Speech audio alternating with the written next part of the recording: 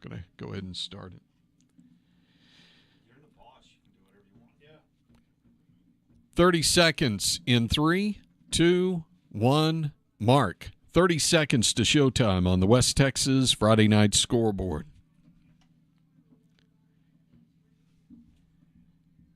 All right, 15 seconds in 4, 3, 2, 1, mark.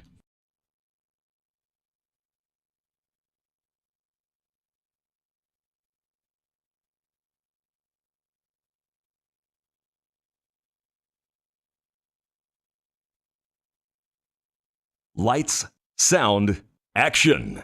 The West Texas Friday Night Scoreboard Show is on the air.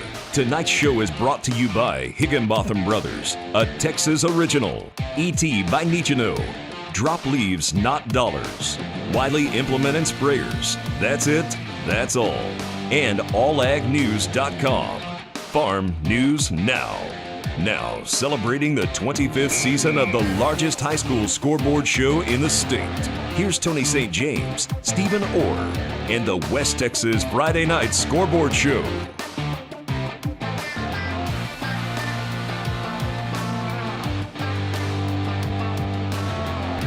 Well, welcome to our final edition of the 2020 season.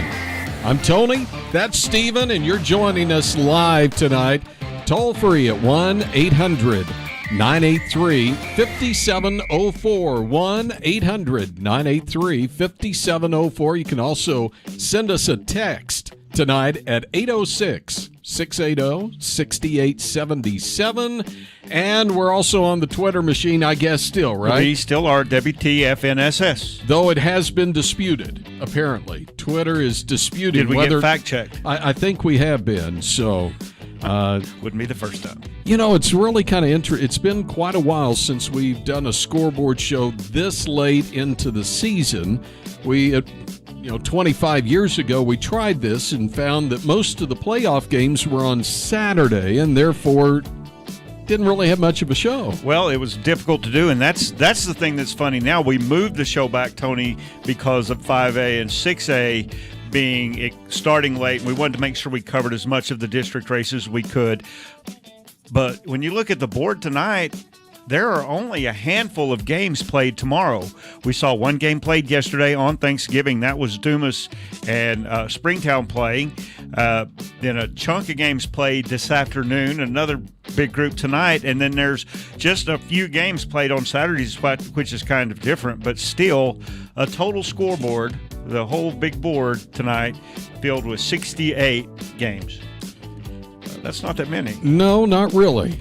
But it is 2020. We will have an abbreviated version of the fastest 8 minutes, I promise you. Well, so I can take my time when I get into it. You can take all the time you need. But we saw some interesting district games played today as well. When you look at District 2, 6A, the playoff decided, but momentum, Midland Lee trying to claim a share of that district championship, trying to knock San Angelo out. We'll look at that one. We also saw several games that were very interesting when it comes to rematches. You had games like Spearman taking on Childress. That's a rematch. Eastland taking on Holiday, a rematch from earlier in the year. And, a big game tonight this afternoon played at in Lubbock. Lubbock Cooper taking on Wichita Falls Ryder leading at the half, 24-7. Cooper comes back for the win. Alexis Kubit with the Lubbock Avalanche Journal happened to be there, Tony. I just finished up game one of a doubleheader here at Pirate Stadium, and what a game it was. Lubbock Cooper down 24-7 comes back to win 25-24 for the district championship, their third straight over Wichita Falls Ryder. It didn't even look that way that first half. They came out on the opening drive and scored, but from there the offense pretty much stalled, but defense continued to give them a chance and ended up capitalizing big with 18 unanswered points in the fourth quarter, which says a lot against an offense or a team like Wichita Falls Ryder. Garrison Smitherman had a huge strip and recovery there down at the 1-yard line to get Lubbock Cooper the ball back again, and Holt Gibson came in, made big plays, just an all-around good team win, and they'll look to finish out the season on a high note next week when they go to Wichita Falls High. For the West Texas Scoreboard Show and the Lubbock Avalanche Journal, I'm Alexis Cubitt. All right, Alexis, thank you for that. And Tony, that's a big ball game there with both of these teams state-ranked. Ryder sitting at 7-1, Lubbock Cooper at 6-1. Lubbock Cooper's been hit kind of by the COVID situation where they had not been able to play and have been a little choppy on offense but very strong on defense. Today, that offense does just enough to win. And it surprises me, though, with Ryder, with the number of offensive weapons they have, to be up 24-7 at the half and then lose that game. Because at the half, when I looked at it, I kind of wrote that one off as being over and done with. Something else, when you look at the board tonight, we have some really close games. We got some upsets. The number one team in the state in 3A Division I and the number two team, not just number one, but Brock, number one, and number two, Grandview, both beaten in this round of the playoffs. So you don't usually see it. You don't see this a one early. and a two bite it like that. So that was kind of interesting. We've also seen some blowouts and games that just got away from people, and we'll talk about those. And you get down into six-man, some really good games. Balmorhea at one point trailed Motley County by 14 points. The number one team in the state, six-man Division II, they claw back for a win. We'll talk a little bit about that later as well. Okay, so right around the corner, we've got our marquee matchups of the week. That's coming up for you. We also have quite a few highlights and interesting interviews for you on the West Texas Friday Night Scoreboard.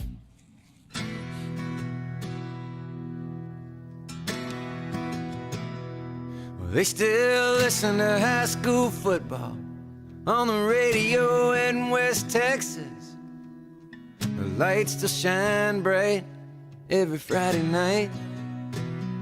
And you can drive 90 miles an hour down the highway straight through Cisco. The cops are at the ball game, they're getting tight, and the sky gets wider and wider. You disappear like the day, until the great divide you fade away. Tonight's show is brought to you by Higginbotham Brothers, a Texas original. E.T. by Nichino. Drop leaves, not dollars. Wiley Implement and Sprayers. That's it, that's all. And allagnews.com. Farm News Now. Now celebrating the 25th season of the largest high school scoreboard show in the state. Here's Tony St. James, Stephen Orr, and the West Texas Friday Night Scoreboard Show. They still listen to high school football on the radio in West Texas. The lights still shine bright every Friday night.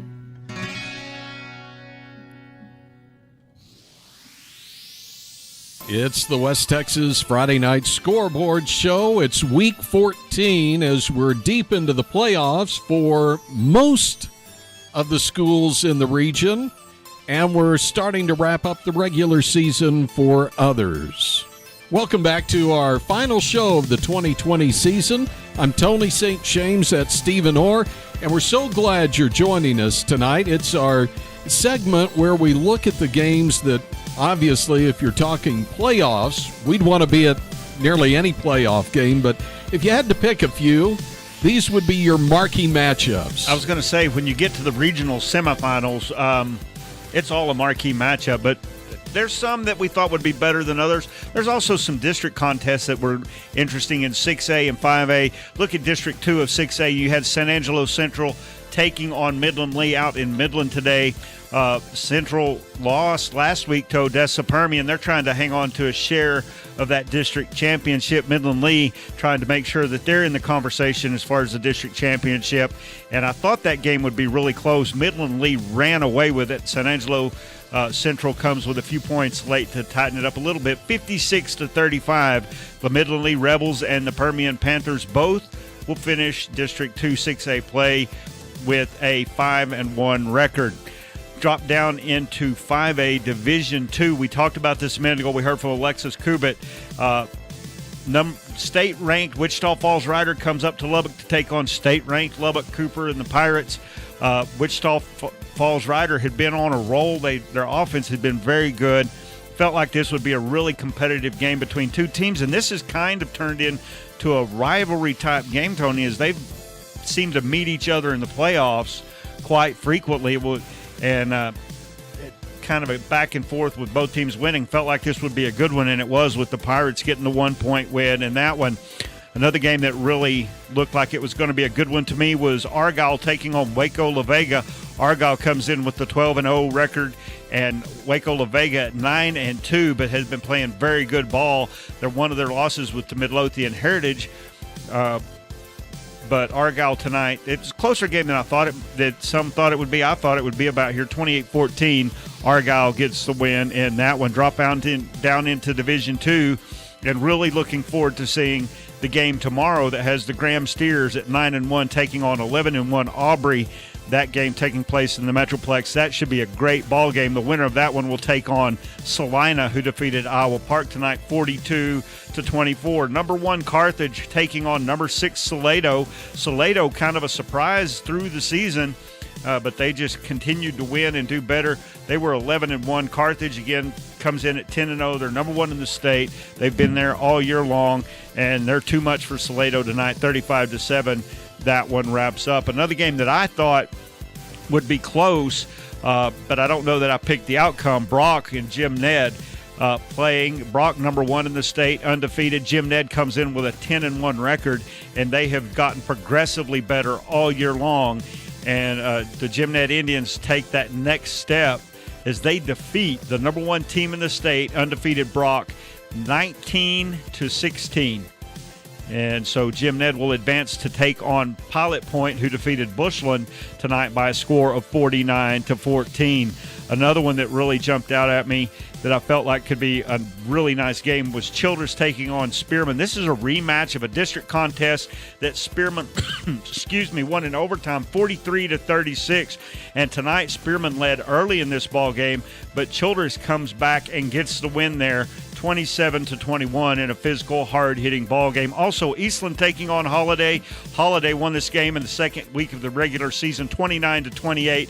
Holiday scored 28 unanswered points in the second half to get the win.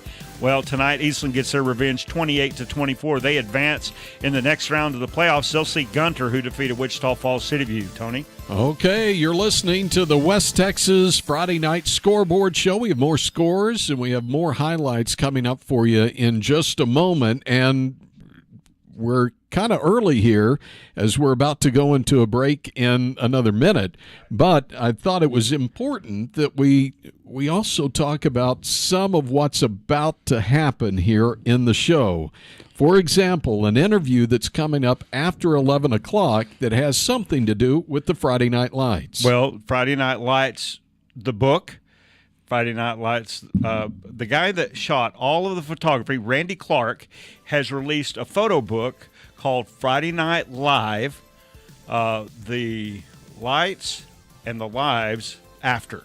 So what he's done is 30 years later, he's gone back and gone through a bunch of the photography he took for that book and put it out, but also gone and taken pictures of many of the key players from that team today and kind of brings us up to speed. We'll talk to Randy in the 11 o'clock hour. It's a really interesting story. So make sure you're with us tonight on the West Texas Friday Night Scoreboard. As certain as Friday Night Lights shine on high school football, Higginbotham Brothers shine for you. For over 135 years, Higginbotham Brothers have been your family lumberyard and hardware store, offering one-on-one service. When purchasing coolers, grills, or looking for a new chair for that next tailgate party, come to Higginbotham Brothers. A Texas tradition since 1881, Higginbotham Brothers have been your family lumberyard and hardware store. 40 stores strong, serving your local communities with lumber and hardware items, and much, much more. Sustainability is a buzzword today, but farmers have always sustained the land, their families, and hopefully a little profit. Wiley Implement and Spray Centers can help you keep your equipment in top form with genuine Case IH parts and service. With 14 locations across Texas, Wiley Implement is there to help you sustain your farming operation and your profitability. See us at WileySprayers.com for genuine Case IH parts and service. I'm Scott Wiley. We'll try hard to earn your business and even harder to keep it. That's it. That's all. Be the day. All right, watch this.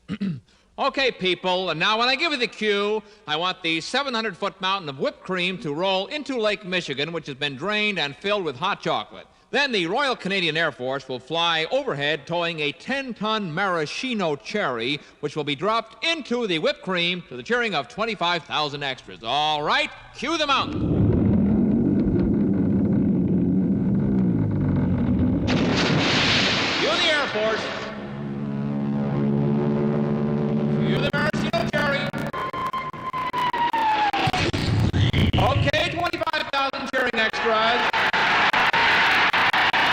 Now, you want to try that on television? Well, You see, radio is a very special medium because it stretches the imagination. doesn't television stretch the imagination? Up to 27 inches, yes.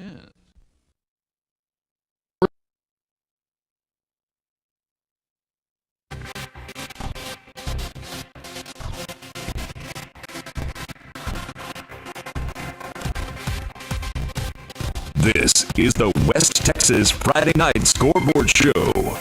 Brought to you by Higginbotham Brothers, a Texas original.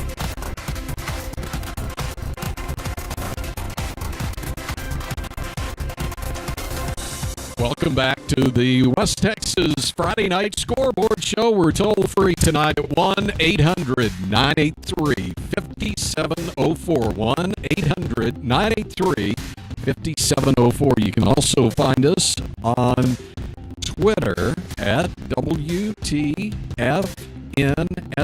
It's the acronym for West Texas Friday Night Scoreboard Show. We're also online at FridayNightScores.com. Let's welcome back Stephen Orr. Stephen sits in the big chair and is one of the biggest fans of high school football that I know.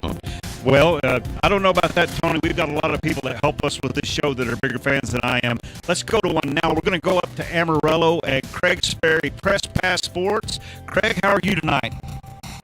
I'm good, Stephen. How are yourself? Well, we're doing great, just having fun breaking down the playoffs. And when you look up in the Texas Panhandle area, there's a lot of activity still going on, starting with the game that last took place on Thursday night between Springtown and Dumas. And the Demons coming up a little bit short. They did in that one, and Dumas, they were right in that ball game late third quarter. You know, it's tied at 7. They're marching down the field. They fumble it at the Springtown 10-yard line. Springtown then goes 3 plays and scores, and that really was the difference. That was a whole turning point in that ball game.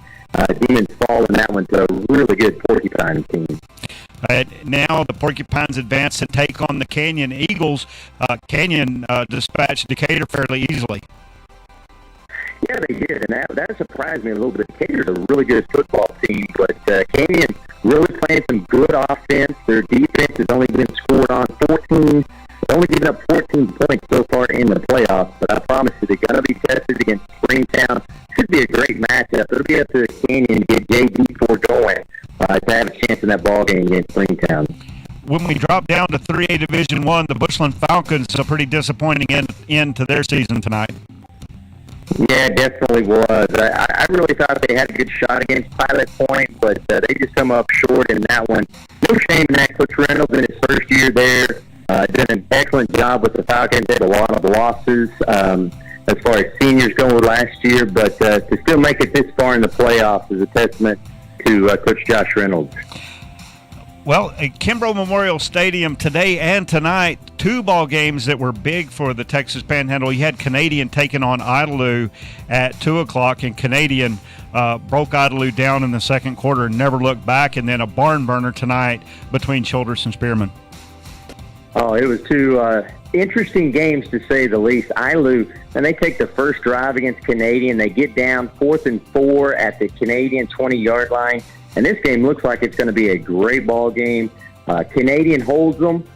They get the ball back with that high-powered offense. They go 3 and out. Idalou gets the ball back, and you're like, okay, the Wildcats are going to stay in this one.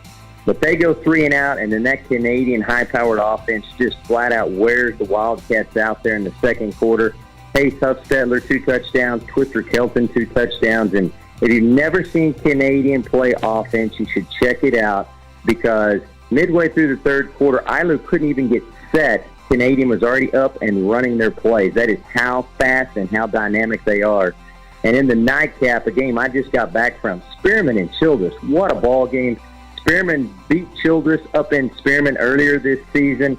in overtime, but the Bobcats take this one 27-21. And I got to tell you, it was a great game. Possessions were at a premium. Each team only had 3 possessions there in the second half.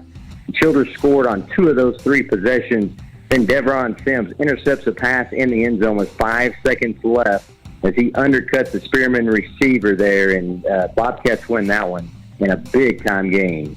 And, Craig, I had a chance to watch a little bit of that in the second half. That was one of the hardest-hitting high school football games I've watched in a while. Oh, I got to tell you, both teams were getting after it. Up in the press box, the Canadian coaches were up there. They were just talking about how hard-hitting it was and how tough Colin Bishop, the quarterback for Childress, is. I mean, they put the whole team's chances at victory on his shoulders there in the second half, and boy, did he deliver. But it was hard-hitting, both teams getting after it. We had a little bit of sleet falling. Perfect weather for a regional semifinal game in late November. Okay, drop down into 2A, and the Panhandle Panthers run into a complete buzzsaw against Post. Wow, you don't talk about looking stupid. I really thought Panhandle had a shot in that game. I know how good Post is. I saw Post play last year against West Texas High, and they demolished the Comanches in that ball game. But I really thought that Panhandle offense had a chance, but Post has proven just how good the Bold Gold are.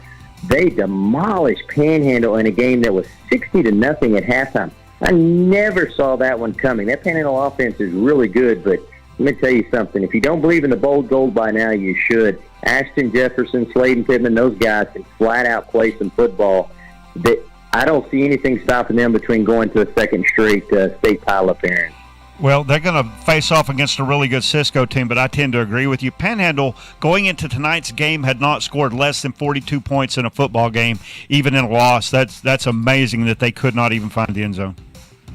It stunned me. It really did. That game started out quickly for Post, and Panhandle never could get any footing.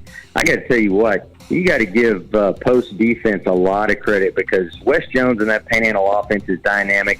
They never let them sniff anything in this ball game all night long. Okay, drop down into Division II. Stratford Elks in their season tonight against McCamey, and then Vega and Wellington in a playoff game that was very close for a long time, but Wellington pulls away. Yeah, the McCamey Badgers are really good. Stratford's a good team. Maybe not as good as they've been in the past when you get this deep in the playoffs, but the Elks, they just know how to play playoff football. But, man, give McCamey credit. They come out with a big victory in that one. And in the other game, Wellington, it surprised me a little bit. I thought they could run away from Vega a little more than they did, but Mark Ramirez there for Wellington is so good. But give Vega credit, Ryan Graywander, Riley Tiemann. They do a great job throwing and running the ball for the Vega Longhorns. Jason Porton has his team playing really well. But end of the day, Greg Profit and the Skyrockets move on. And now with Hamlin out of the way, maybe they have a shot at a state title game this year. Right.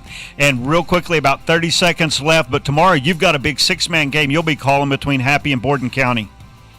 I do, and this will be a tough one. Borden County, they are the cream of the crop when it comes to 6-man. Cowboys will have to play perfect football in that one.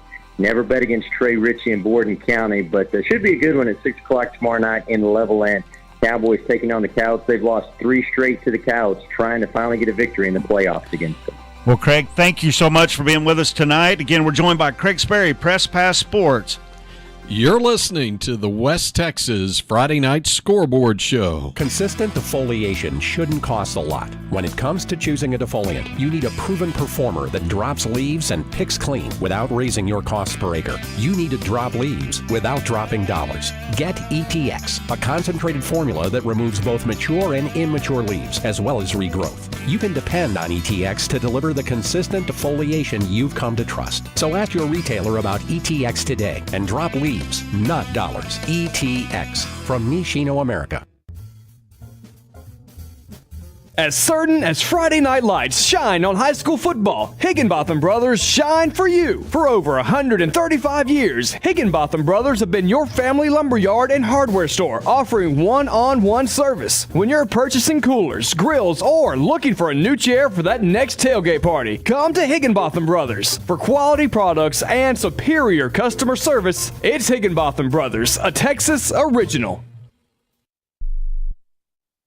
I've ever been on in my life. I looked at my boarding pass. They had me in row 187K. 187K. I didn't even realize they made airplanes that big. I mean, economy ended in row 90, so you can imagine the section I was sitting in. Well, I finally got to my seat. What a nightmare. On one side of me, a screaming baby. No adult, just a screaming baby. On the other side, a fish. A fish, yeah, a real fish. I mean, usually I like to talk to the guy sitting next to me, but this character had no personality at all. Although we did kind of chuckle when the stewardess mentioned that the seat could be used as a flotation device. Anyway, just to show you how rude this guy was, he starts smoking a pipe. He fills the whole cabin up with smoke. But I got the last laugh when the stewardess came around. He ordered red wine. Fish with red wine. Imagine that. You just did. You saw it on the radio. If you're an advertiser, this station and the Radio Advertising Bureau have news for you. Just call the station and say, I saw it on the radio.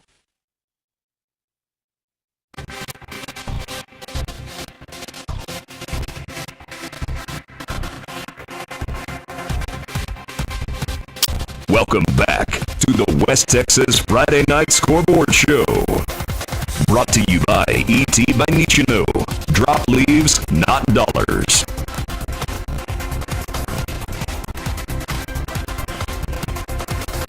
It's the West Texas Friday Night Scoreboard Show. It's 10:25. Stephen? Joined on the phone again tonight by Tony Venegas. Tony's with the Odessa American Sports Writer there. Tony, how you doing tonight? I'm doing all right. How about yourself? Doing all right. Just trying to recover from a big Thanksgiving and getting into the wrapping up the regular season when we look at 5A and 6A and certainly well down the road in the playoffs. When you look at District 2 of 6A, crucial games taking place as we get ready to wrap up the season there. Oh yeah, a lot of big games there in the final weeks of the regular season. I mean, the big one is over in Midland with San Angelo Central and Midland Lee vying for a share of the district title with Permian. I mean, that's really a big game, not just for the district title, but both teams looking to try to get some good momentum going into the playoffs as well. Midland High and Abilene High. Abilene looking to kind of build off of clinching a playoff spot last week, and then Odessa High and Friendship, but no playoff implications there. But both teams want to try to end the season on a good note and try to carry that momentum into 2021. When we move into the brackets, several teams in your area bowing out last week, but a couple of playoff teams still in action tonight. Yep. Oh yeah, absolutely. I mean, you take a look at McCamey. McCamey had a hard-fought game against Wheeler. They were able to win that last week and have another tough task coming into tonight against Stratford, and so that's going to be a really, really good matchup out there. And then you take a look at a team like Balmorhea in the six-man ranks, playing Motley County, the state runner-up from a year ago, and after Balmorhea defeated Jayton last week, a lot of people are considering Balmorhea as maybe the favorite to get to Arlington. But of course, it's the playoffs. Everybody's good at this point, and so both of them will have a really tough test tonight. Tony, when we look back at that District 2 of 6A, of course, like we've mentioned, the playoffs already established. We know that Odessa Permian's coming out. Big School is the first seed. Midland Lee will be your 2 seed there. San Angelo Central, the 1 seed. And Abilene, the 2 seed. As you look towards the playoffs, what are your thoughts? I honestly think all 4 of those playoff teams, I think, really have a chance to try to win a playoff game, maybe 2, depending on the matchup that they get there in the next round. I mean, I would definitely say a lot of it just depends on just matchups, like I said. The by-district round is a little tough to gauge right now just because of what's going on in El Paso, but I definitely think teams like Permian and Midland Lee, I think are well established to try to make a run. I certainly think they have the talent to do so. And then with San Angelo Central and Abilene, I know the records may not indicate it, but I think those are 2 very solid teams as well, and I think have a chance to all make some noise as well. Tony, you mentioned El Paso, and of course their season even more truncated than what we saw in the rest of the state. Do we have any idea how they're going to work? Who comes out as the first and second seeds over there? It's still a little bit tough to gauge right now, just because you're having a lot of cancellations of games and forfeits and stuff like that. I think, at least in terms of the top two teams in that district, I think you're starting to see at least a little bit of clarity there. But just because of having to move around games, it might be a little bit hard to tell right now who's going to be representing those four El Paso teams. So I know with 2020, it's basically taking it day by day, and I think when you take a look at what's going on in 1-6A there in El Paso, I mean that's the approach I think you have to take out there as well. Well, Tony, about out of time for tonight. I want to thank you for all your contributions this season, and good luck as you go through the rest of the playoffs. Of course, Stephen. Thank you. Again, we're joined tonight by Tony Venegas with the Odessa American. Hey, thanks for that, Stephen. Okay, it's around to 10:30 here on the West Texas Friday Night Scoreboard Show. We have more scores, we have more highlights for you, and some great interviews coming up on the West Texas Friday Night Scoreboard. Lights, sound, action. The West Texas Friday Night Scoreboard Show is on the air. Tonight's show is brought to you by Higginbotham Brothers, a Texas original. E.T. by Nichino. Drop leaves, not dollars. Wiley Implement and Sprayers. That's it. That's all. And allagnews.com. Farm News Now. Now, celebrating the 25th season of the largest high school scoreboard show in the state. Here's Tony St. James, Stephen Orr, and the West Texas Friday Night Scoreboard Show.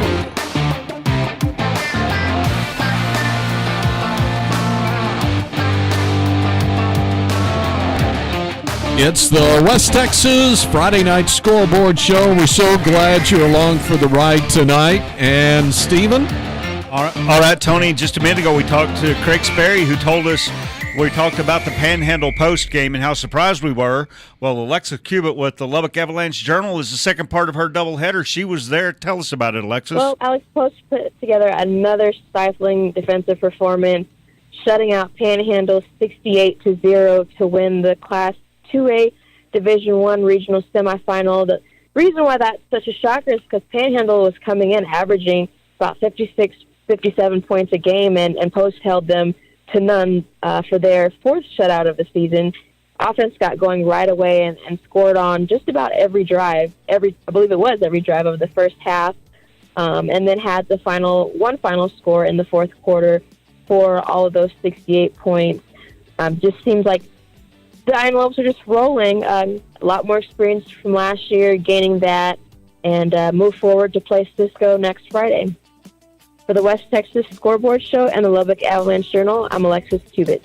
All right, thank you for that. Now, Tony, let's go down and check on Wichita Falls, City View, and Gunter. Corey Hogue was there. Gunter scored 27 unanswered points to defeat City View and win the Class 3A Division II region title on Saturday afternoon at J.G. Cartwright Field at Yellow Jacket Stadium in Boyd. The Tigers' offense was humming early as they scored touchdowns on their first 5 drives of the game and took control with 20 points in the second quarter. City View threatened to tie the game early, but the Mustangs' extra point was blocked, and Gunter never trailed in the contest. Gunter's Ethan Sloan was dynamic on Saturday afternoon with 144 yards rushing and 3 touchdowns, and added a 39-yard touchdown reception late in the first half. City View quarterback Isaiah Marks finishes a brilliant high school career, completing 19 of 23 passes for 260 yards and 3 touchdowns for the Mustangs.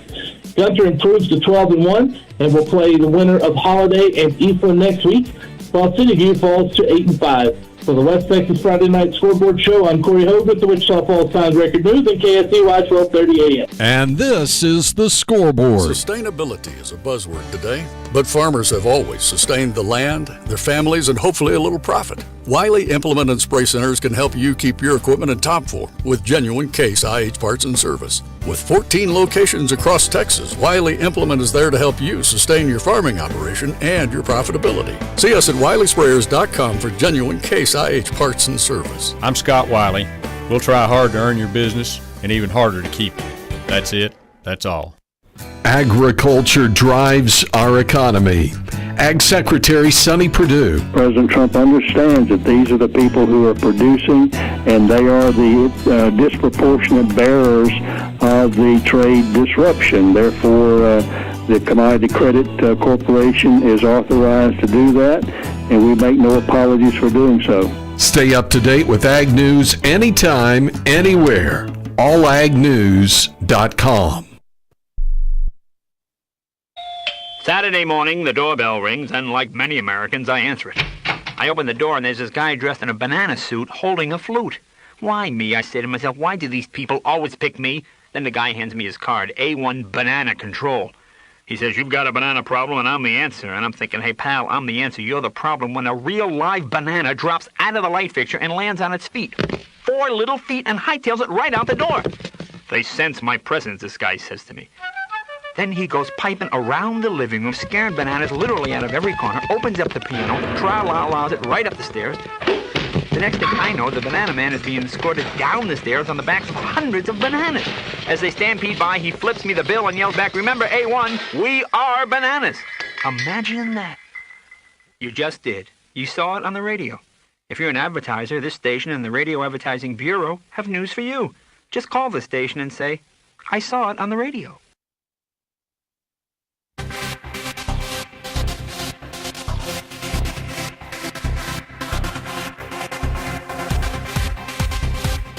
You're listening to the West Texas Friday Night Scoreboard Show. Brought to you by Wiley Implement and Sprayers. That's it.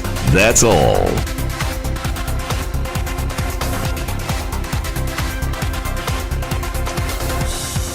It's the West Texas Friday Night Scoreboard Show, and we're toll-free tonight at 1-800-983-5704. 1-800-983-5704. Let's go back to Stephen. Stephen? Working with Jeremy Bryant, Sports Director with Foster Communications in San Angelo. Jeremy, how are you doing this evening? I am great. Hope you had a great Thanksgiving. I'm feeling about 400 pounds heavier than I was yesterday, so... well, the belt is not quite as tight here either, so... but, man, we come off of a big Thanksgiving and come into some really quality football games, playoff games, and then a big District 2 of 6A game. San Angelo Central, they're trying to hang on to a piece of that district championship after losing to Permian last week. Yeah, and it's so weird. We're playing regular season football Thanksgiving weekend. On my memory that popped up 6 years ago is when Central had probably the biggest sporting event in the history of San Angelo, when over 22,000 people were crammed in the San Angelo Stadium when the Bobcats hosted Allen in the third round of the playoffs, which was won by Allen. Here we are now in the regular season finale for the Bobcats, taking on the Rebels in Midland Lee. Both teams identical district records at 4-1. Lee has only one loss the entire season. That came against Permian. So the Bobcats also lost 2 last week, and Lee and Central both gave up 50-plus points to Permian. And, you know, like you said, it's a bounce-back game for the Bobcats. It's the first time they lost to Permian in 8 years. But if they can win and get the victory over Midland Lee, then they would still be co-district champions alongside Permian. They would still be one of the higher seeds, and they would go in the small school, it looks like, for the playoffs. But, a loss to Lee would drop San Angelo Central down to that third spot in District 2 6A. So it's a game that, on paper, they look like they're pretty evenly matched between the two squads. But when we look at the playoff pairings already set up in that district, as Permian will go out as your number 1 in the large school, Lee is number 2, San Angelo Central number 1 small school, right. And then Abilene is the 2 seed. Yeah, and that was from everything I've been told, going to the small school ranks kind of is advantageous, for the Bobcats, because some of those bigger schools are in the way of those, Permian and Lee going to the small school, to the bigger school ranks. But going to small school ranks, they have a much better chance maybe go 2, 3, 4 rounds deep. Drop down into 2A when we start looking at the playoffs, and a couple of teams from the Concho Valley. Mason comes in with an 8-4 record, 5-0 in district. They're taking on the number 1 team in the state, Shiner. Yeah, it's crazy. When the year started, Mason started off the year with 4 consecutive losses. Honestly, we weren't even sure if they'd make the playoffs. We're 0-4. Now Mason's won 8 straight. They're 8-4. But you're right. Here they're playing Shiner, the Comanches, who are undefeated, number 1 in the state. They're averaging 52 points a game, only giving up 12 per game. Mason's playing well. They're averaging over 30 points a game, but this is a matchup where, on paper, Shiner looks like maybe not just the team to beat this weekend, but the team to beat in Class 2A. And, again, Mason's got, they have in the last 10 years, these two schools, Mason and Shiner, have played each other 7 times. Mason's won 5 of those 7 meetings. So they have the history, but this is a different Shiner team maybe than past years and a different Mason team than in the past. Drop down into Division II. We've got a couple of games. One, real quick, McCamey taking on Stratford. That should be an interesting game. Stratford comes in with a 7-5 record, but they've really played better of late. Yeah, they certainly have, and Stratford it's just a different type of football up there. They usually have the bigger, some. Number one, they got tradition, but bigger athletes, and a lot of tradition that goes with Stratford was McCamey. For years also was in 6-man, but now playing 11-man football, and they're playing well as they go into this third round of the postseason.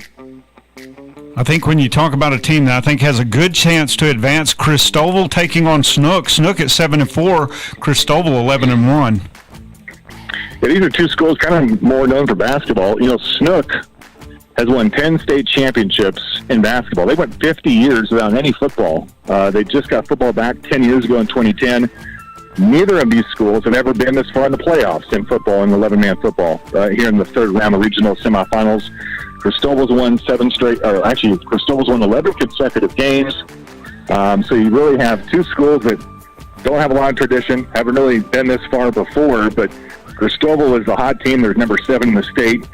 On paper, again, that's not how they play the game, but this looks like Christoval has a great chance to go to the regional final for the first time in school history. 6A, or in 6-man, 1A Division I, a rematch of the District 8 district championship game, Sterling City and Westbrook. It was a close game the first time. How do we see it going this time? Yeah, that was for the district championship basically a couple months ago, and it was a low-scoring game. I mean, in 6-man, this was a low-scoring game, 38-28 won by Sterling City, and that was when Westbrook at that time was number 1 in the state. Westbrook, we talk about tradition. They don't have really any football tradition the last 20 years. That was 2 weeks ago when they beat Ira. It was their first playoff win since 1997 for Westbrook. Sterling City's number 1 in the state right now. Westbrook is number 3. Sterling City has proven they can win close games. They can win blowouts. They can score 100 points and beat you. They can score 38 points and win. So, again, Sterling City has that kind of magic to them this year. I think the Eagles will pull this one out. And finally, as we wrap up here, drop down into Division II, Richland Springs and Calvert. This is a game that I had marked on my schedule as being a great game, and I think it has all the makings of that. Yeah, Richland Springs and Calvert, it's a rematch last year. Richland Springs, as you know, went on to win their 9th state championship, and they beat Calvert in a low-scoring game, 34-29. So this is a rematch. Both teams, again, in the top 10 in the state in the 1A Division II again this year. Richland Springs has kind of been under the radar. I don't know how a lot of people around the Contra Valley talk about them this year. Haven't got a lot of news-worthy headlines, but as we all know, when he won 9 state championships, and over half of those have come in the last decade. Look out for Richland Springs against Calvert this weekend. Well, Jeremy, we're out of town for this evening. Want to thank you for all your contributions to the scoreboard this year, and best of luck as we go through the last few weeks of the football season. All right. Thank you, Stephen. Again, we're joined tonight by Jeremy Bryant, Sports Director at Foster Communications in San Angelo. Hey, thanks for that, Stephen. And Jeremy has been an integral part of the Scoreboard show for years. Fastest 8 minutes is next. As certain as Friday night lights shine on high school football, Higginbotham Brothers shine for you. For over 135 years, Higginbotham Brothers have been your family lumberyard and hardware store, offering one-on-one service. When purchasing coolers, grills, or looking for a new chair for that next tailgate party, come to Higginbotham Brothers. A Texas tradition since 1881, Higginbotham Brothers have been your family lumberyard and hardware store. 40 stores strong, serving your local communities with lumber and hardware items, and much, much more. Consistent defoliation shouldn't cost a lot. When it comes to choosing a defoliant, you need a proven performer that drops leaves and picks clean without raising your cost per acre. You need to drop leaves without dropping dollars. Get ETX, a concentrated formula that removes both mature and immature leaves, as well as regrowth. You can depend on ETX to deliver the consistent defoliation you've come to trust. So ask your retailer about ETX today and drop leaves, not dollars. ETX from Nishino America. Walking around here inside the theater of my mind. How did I get in here? I put you in here. That's the nice thing about radio. I can put anything I want in here. Watch out for those elephants. That was close. Watch yourself. You almost stepped in front of that train. I saw it coming, actually. Is that a merry-go-round over there by those Inca ruins? Yes, it is. Well, what do you mean that's the nice thing about radio? Well, unlike, say, TV, which is at the mercy of the size of the screen, you know, the monitor of our head is limitless. I get it. Like that giant pterodactyl over there, taking a bite out of the Superdome. That's neat. Send the synthesizer players in, will you? Come on in.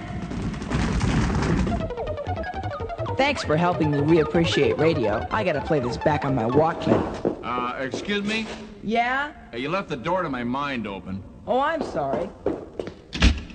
Presented by the National Association of Broadcasters.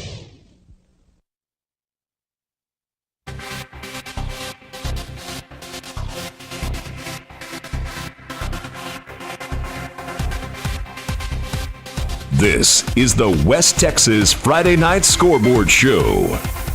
Brought to you by allagnews.com, featuring Farm News Now.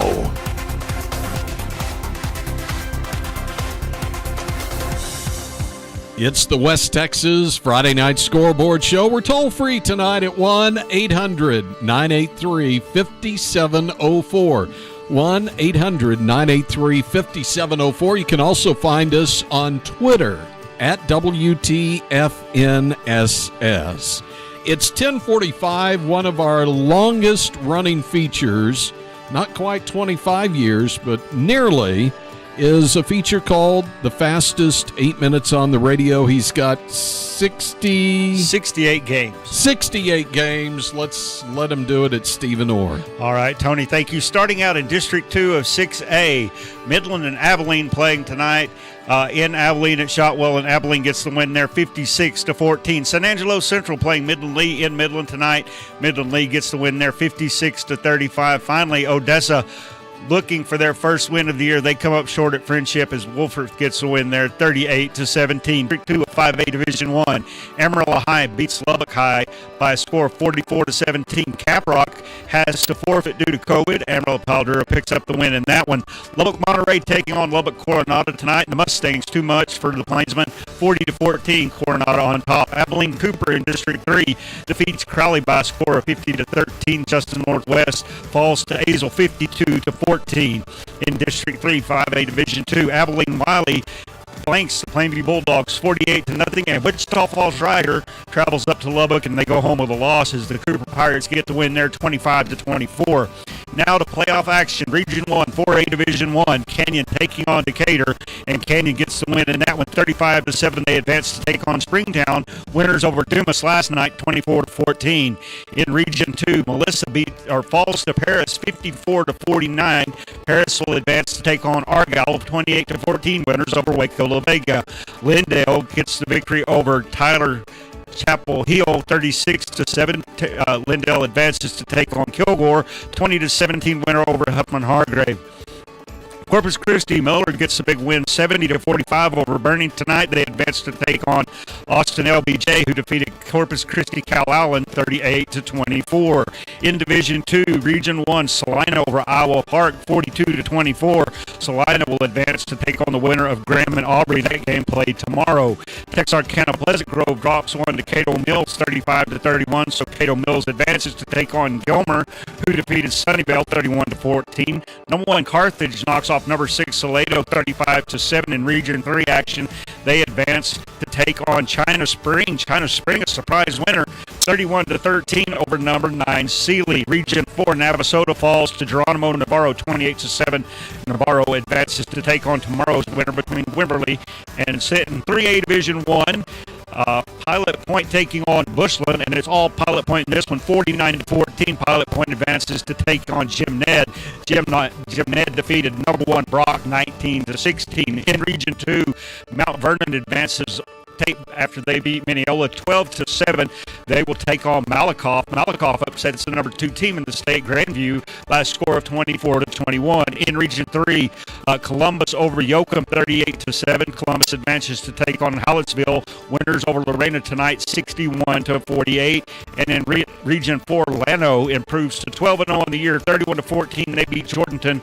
They advance to take on Lago Vista, who beat Vanderbilt Industrial 18-14. Region 2 of 3A Division 2, Spearman falls to Childers tonight. The Childers Bobcats advance to take on Canadian, the district champions out of their district. It'll be a rematch of that game as Canadian beats Idlewild 56-6, the final there. Eastland gets revenge over Holiday 28-24 tonight. They advance to take on Gunter, who defeated Wichita Falls City View 44-19. In Region 3, Wascom beats New London West Rusk 56-14. Wascom advances to take on Eliason Fields, who defeated Paul Pewitt 43-40. And in Region 4, Franklin beat Lexington 40-7.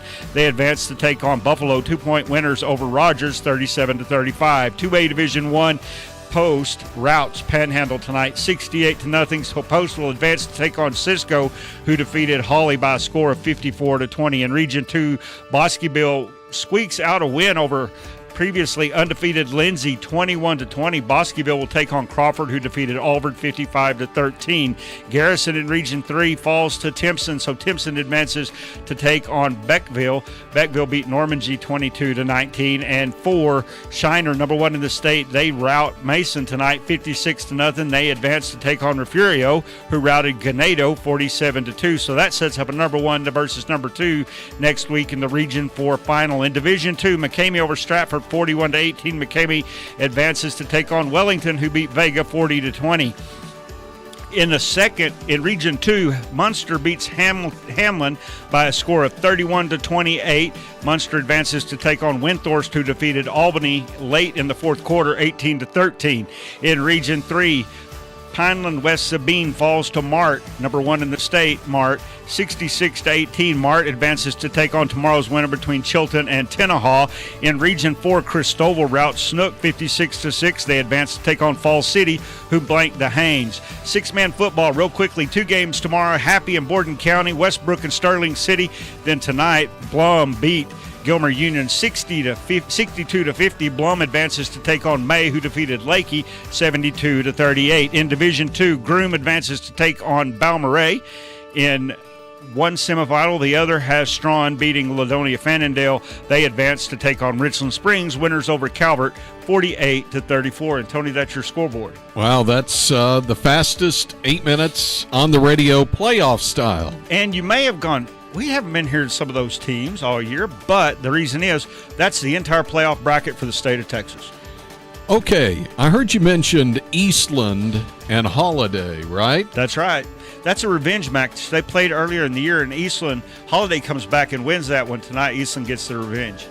And Terry Slavens was there with this. The Mavericks and Holiday Eagles met up tonight in a regional semifinal game as a rematch of the Week 2 game in which the Eagles defeated the Mavericks 29-28. Tonight, the Mavericks get their revenge. They win it 28-24 over the Eagles to advance to take on Gunner in the regional final round of the playoffs. For KTX Radio and the West Texas Friday Night Scoreboard, I'm Terry Slade.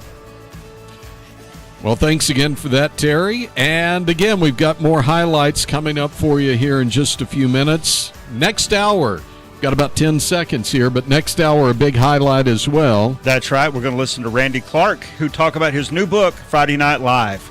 Okay, it's all coming up for you here on the West Texas Friday Night Scoreboard Show. As certain as Friday night lights shine on high school football, Higginbotham Brothers shine for you. For over 135 years, Higginbotham Brothers have been your family lumberyard and hardware store, offering one-on-one service. When you're purchasing coolers, grills, or looking for a new chair for that next tailgate party, come to Higginbotham Brothers. For quality products and superior customer service, it's Higginbotham Brothers, a Texas original. This is the largest cotton growing region in the United States. Dr. Gary Adams with the National Cotton Council. So that's where we are right now. A year ago, low 90s, right now trading in the upper 50s. We talk about an average acre of cotton, average yields. What the value of that would be as we measured on the board, that's about $250 an acre change in the value that would have been valued on the board last year and what it's valued on the board today. Get Ag News anytime, allagnews.com. Since the moment you were born, I've made 1,000 wishes. Wishes for your future. In a world that's changing fast. For all of the things you may one day do play, and laugh. Do win and lose. Do learn from your mistakes. And challenge yourself to grow. Do not be afraid. Or make decisions based in fear. Do it all with confidence and with kindness and strength.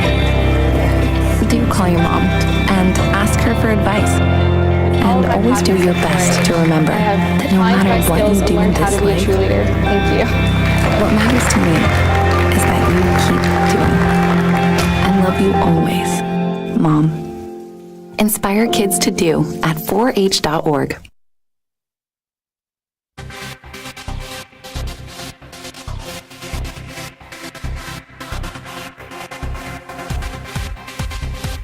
Welcome back to the West Texas Friday Night Scoreboard Show. Follow us online at FridayNightScores.com.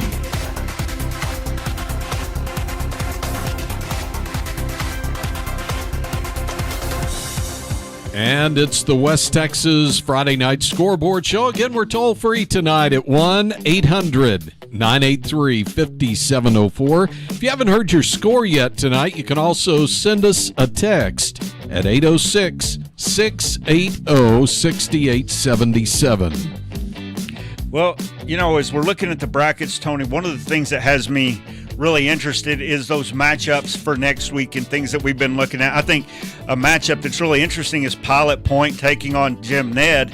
Pilot Point 9-3 on the year, but they've really surged, and Jim Ned pulling off the upset over Brock. That's interesting. Another big matchup next week. We've been looking for this one for about 6 weeks. Is Post taking on Cisco, and again, Post just went crazy on Panhandle tonight. The Cisco Lobos also really worked Holly over in a decisive win. Holly scored some points late, but at one time I think it was like 40-0. Mike Lee, our guy that we talked to down in the Big Country, was there, and he can tell us about that Cisco game.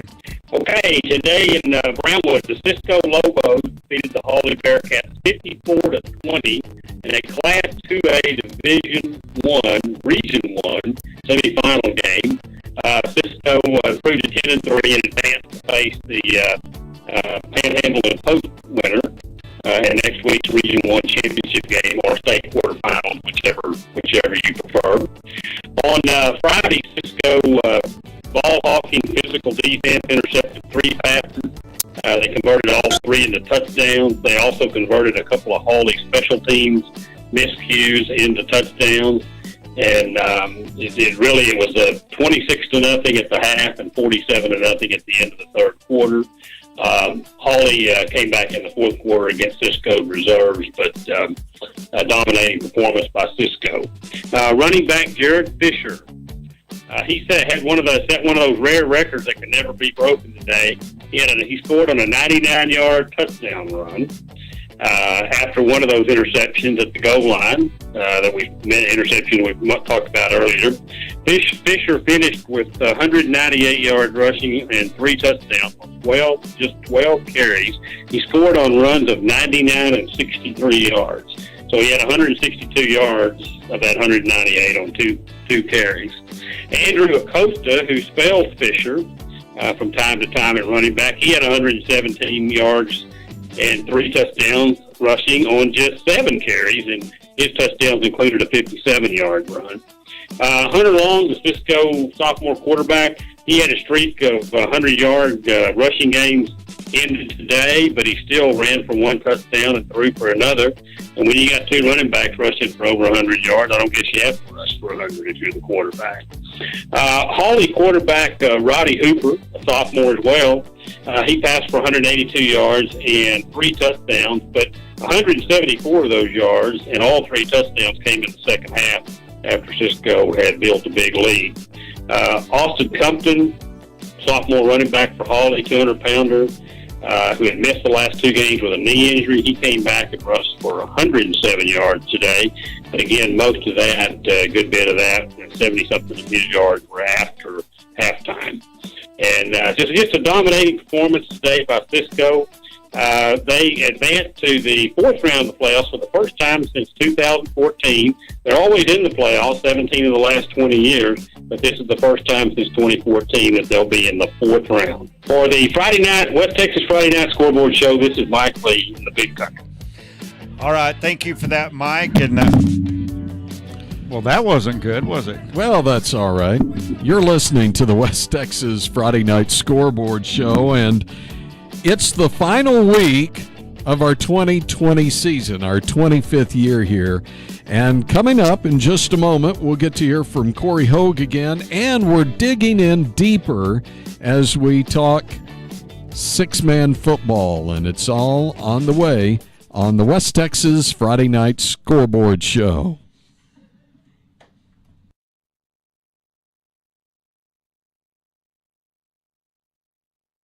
Sound, action. The West Texas Friday Night Scoreboard Show is on the air. Tonight's show is brought to you by Higginbotham Brothers, a Texas original. E.T. by Nichino. Drop leaves, not dollars. Wiley Implement and Sprayers. That's it, that's all.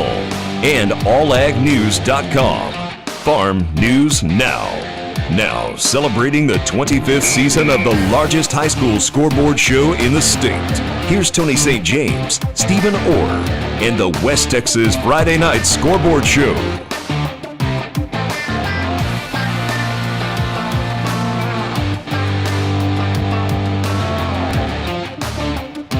Yeah, it's the West Texas Friday Night Scoreboard Show, and it's 11 o'clock.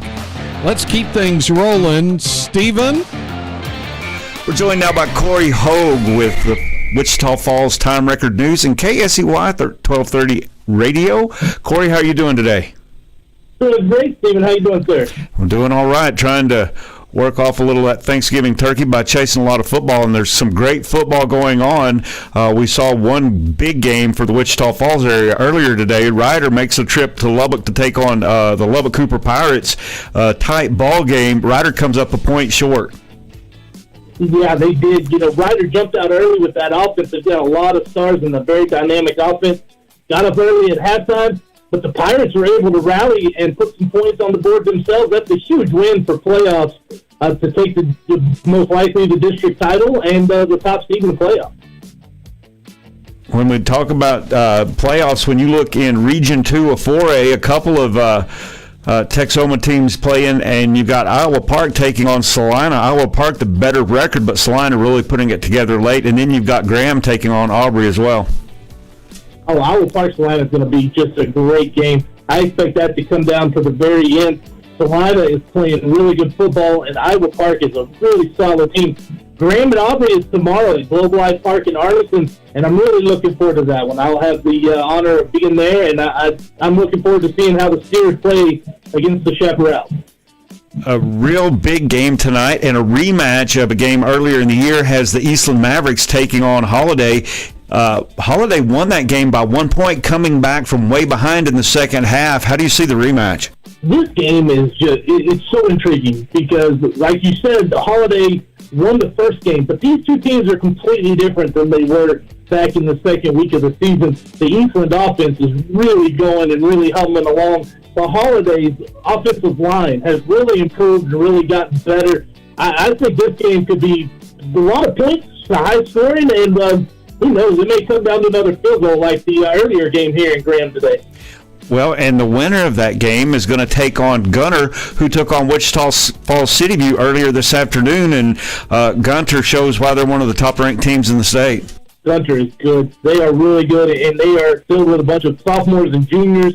They're going to be solid for a few years, but do not count them out this season. That team is really solid. And Isaiah Marks with City View, he had a great career. He really did. A great quarterback. And his career comes to an end. And that for City View, this is the furthest they've ever gone in their program history. So congratulations to Rudy Hawkins and his Mustang. When we get down into Division II of 2A, a couple of games taking place this afternoon. You had Hamlin and Munster in a close ball game. Hamlin comes up a bit short there. They sure felt the loss of Zach Zapata. Oh, my goodness. That was such a great game. I'm here in Graham waiting for the second part, and I've got a couple of guys with me from Abilene that saw that first one. They rave about that game. It was such a good game. Hamlin had 4 turnovers. And then it comes down to the leg of Marty McCoy, and she does a great job putting that through for Munster. Now we get a rematch. We get a rematch next week there. Well, and that rematch is going to have Windthorst coming. Windthorst has to come out at the end of the game and pull out a win over Albany, and another really good game between two storied programs. Oh, that was a great game there. Windthorst, Albany took a lead with about 3 minutes left, and Windthorst went down the field, and Kyle Wolf, dynamic receiver, just broke it open and he got down into the 7-yard line, and then Ethan Belcher took care of it. What a great game that was, and what a great region it is. Just great football in that region, and that sets up a rematch of Windthorst and Munster. That Windthorst won 18-6 at home a couple weeks ago, but again, this Munster team has really improved since then. I think the impressive thing about them is Munster has started they put a lot of points on the board last week, did a pretty good job again today, so that should be a great ball game. It'll be a fantastic ball game. Their offense, they had a lot of young guys, a couple of sophomores in the backfield, and they kind of took them a little bit to click, but they've got 4 or 5 guys who can really run the football, and they've got a decent quarterback who can get the ball out to his receivers. It's going to be a challenging matchup for the Trojans to pull off the second win. Well, Corey, I want to thank you for your contributions this season. Thanks for keeping us up to date, and have a lot of fun as you chase the rest of the playoffs. Well, thank you so much for having me, and I appreciate everything you do for Texas high school football and for our radio station and for our newspaper. And you guys have fun and rest up after your leftover turkey. All right. Again, we're joined by Corey Hogue with the Wichita Falls Time Record News and KSEY 1230 Radio. Thanks for that, Stephen. Okay, more scores, highlights around the corner on the scoreboard.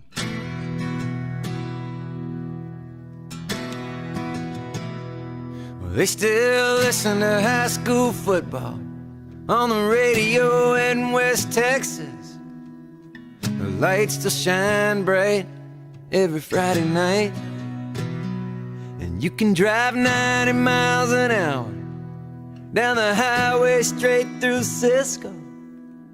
The cops are at the ball game, they're getting tight, and the sky gets wider and wider.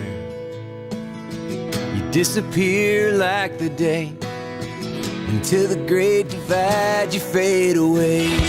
Tonight's show is brought to you by Higginbotham Brothers, a Texas original. E.T. by Nichino. Drop leaves, not dollars.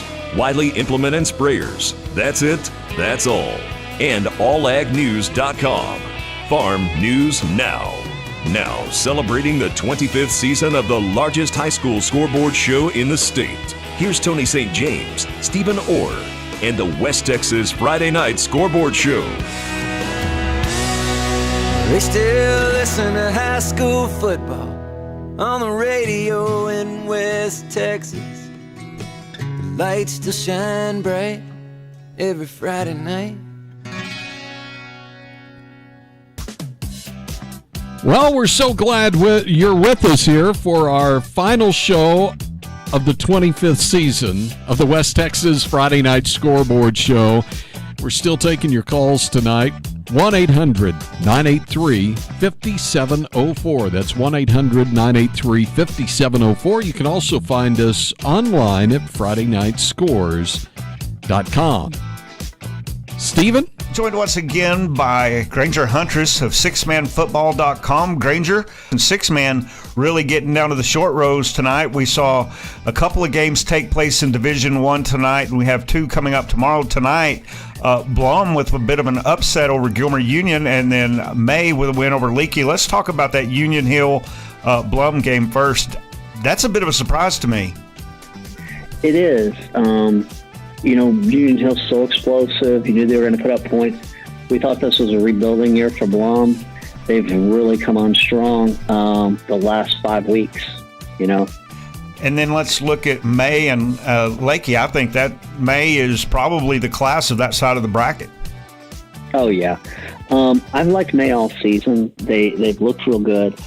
I got enamored with Lakey after the Rankin game, and Hunter Williams, the quarterback.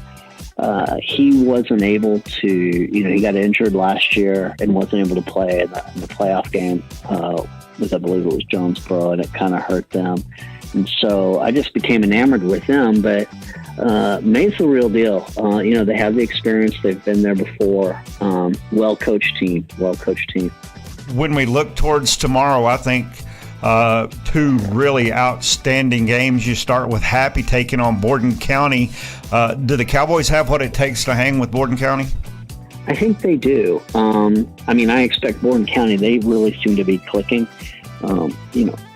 Bobby Avery, that going back a long time there. But Trey Ritchie, really has that team going. He has a philosophy that, how he builds the season, how he knew he was going to have to build this team up some, give them that experience.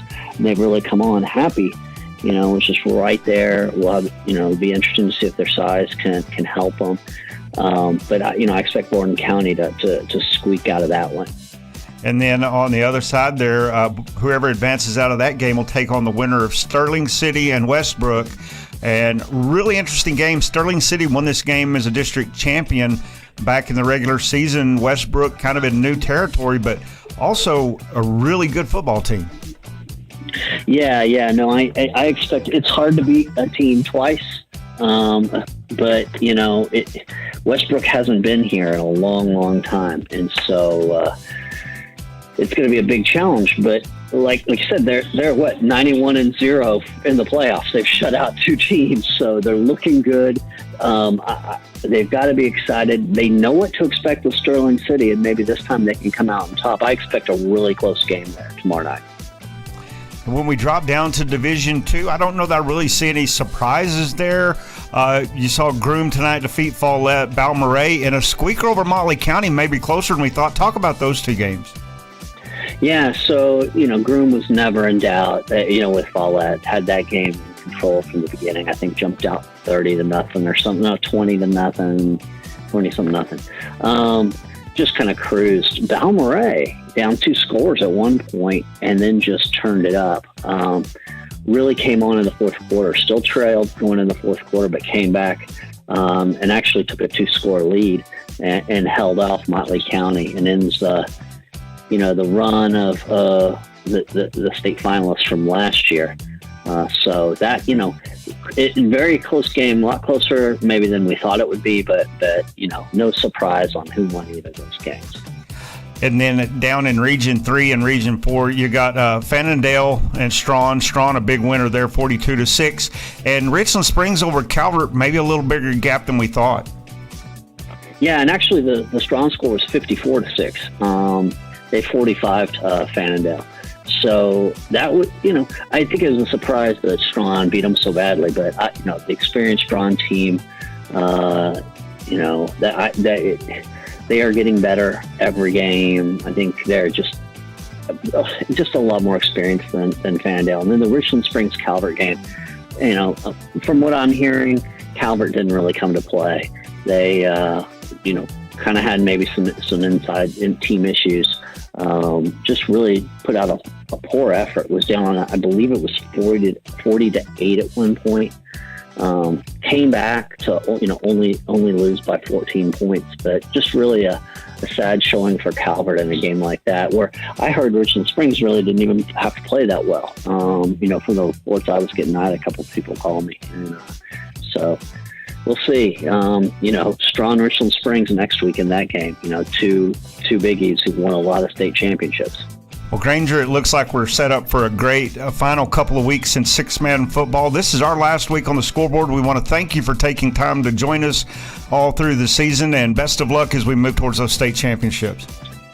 Well, yeah, it's been great talking to you all this year, and have a wonderful rest of your season, and hope you enjoy some good football in person. Again, we're joined by Granger Huntress with sixmanfootball.com. Well, thanks for that, Stephen. And as we pull into the train station, does anybody pull into a train station anymore anyway? People that ride Amtrak do. Guess so. We've seen it when we were in Kansas City. Oh, that's right, Amtrak. We saw that. Hey, speaking of seeing things, we don't get to see any of these games, but we do get to hear about them, and we've got a stack of reports coming up for you right around the corner. You're listening to the West Texas Friday Night Scoreboard Show. As certain as Friday night lights shine on high school football, Higginbotham Brothers shine for you. For over 135 years, Higginbotham Brothers have been your family lumberyard and hardware store, offering one-on-one service. When purchasing coolers, grills, or looking for a new chair for that next tailgate party, come to Higginbotham Brothers. A Texas tradition since 1881, Higginbotham Brothers have been your family lumberyard and hardware store. 40 stores strong, serving your local communities with lumber and hardware items, and much, much more.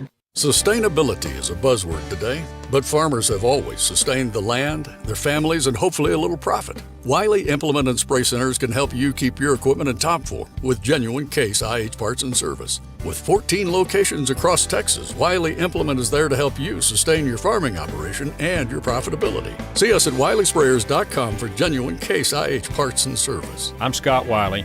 We'll try hard to earn your business and even harder to keep it. That's it. That's all.